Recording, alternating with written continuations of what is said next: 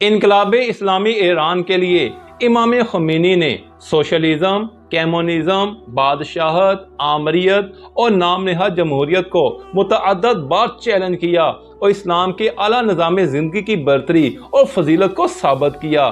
آپ کا بہترین حکیمانہ، عالمانہ اور رہبرانہ انداز تھا۔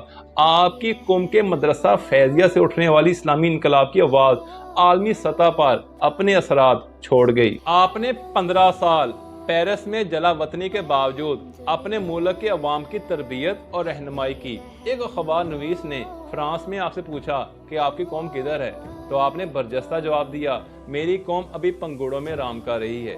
تاریخ گواہ ہے کہ وہی بچے انقلاب اسلامی ایران کے ہر اول دستہ میں شامل ہوئے۔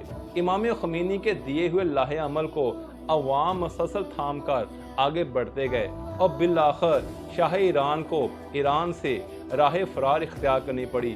امریکی صدر جیمی کارٹر نے انقلاب اسلامی ایران کے متعلق کہا کہ ہر چیز ہمارے فیور میں تھی مگر خدا خمینی کے ساتھ تھا۔ امام خمینی نے 27 اکتوبر 1964 کو بیان دیا کہ ایرانی قوم کی عظمت کو پاؤں تلے رون دیا گیا ہے۔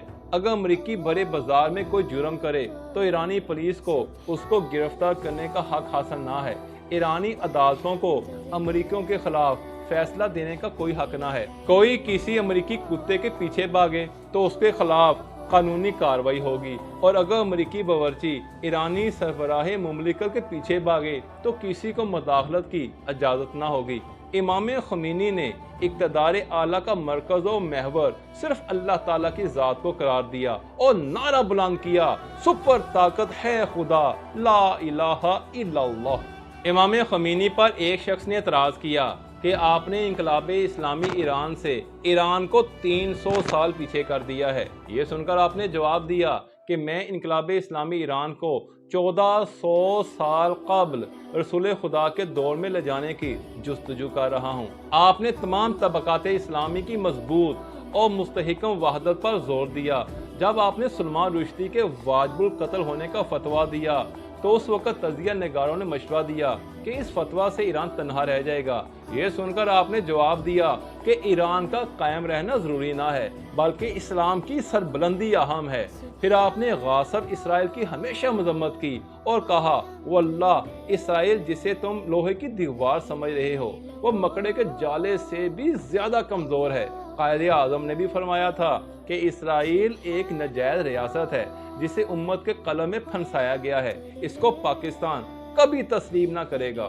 آپ نے اسرائیل کو کینسر ٹیومر سے تشبیہ دی اور اس کو ایک جعلی ریاست قرار دیا اور کہا اگر مسلمان ممالک کے لوگ ایک ایک بالٹی اسرائیل پر ڈال دیں تو اسرائیل کی ناجائز ریاست اسی میں بہہ جائے گی۔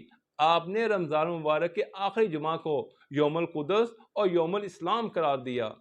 اسلامی حکومت اور انقلاب اسلامی ایران اور دیگر علمی میدان میں آپ کی گران قدر تصنیفات ہیں، جن میں چند اہم یہ ہیں: الحکومت الاسلامیہ، اسرار الصلاۃ، مصباح الہدایہ، المرسل، تہذیب الاصول، شرح اصول کافی، تحریر الوسیلہ اور دیگر آپ کی کاوشوں کا منہ بولتا ثبوت ہیں۔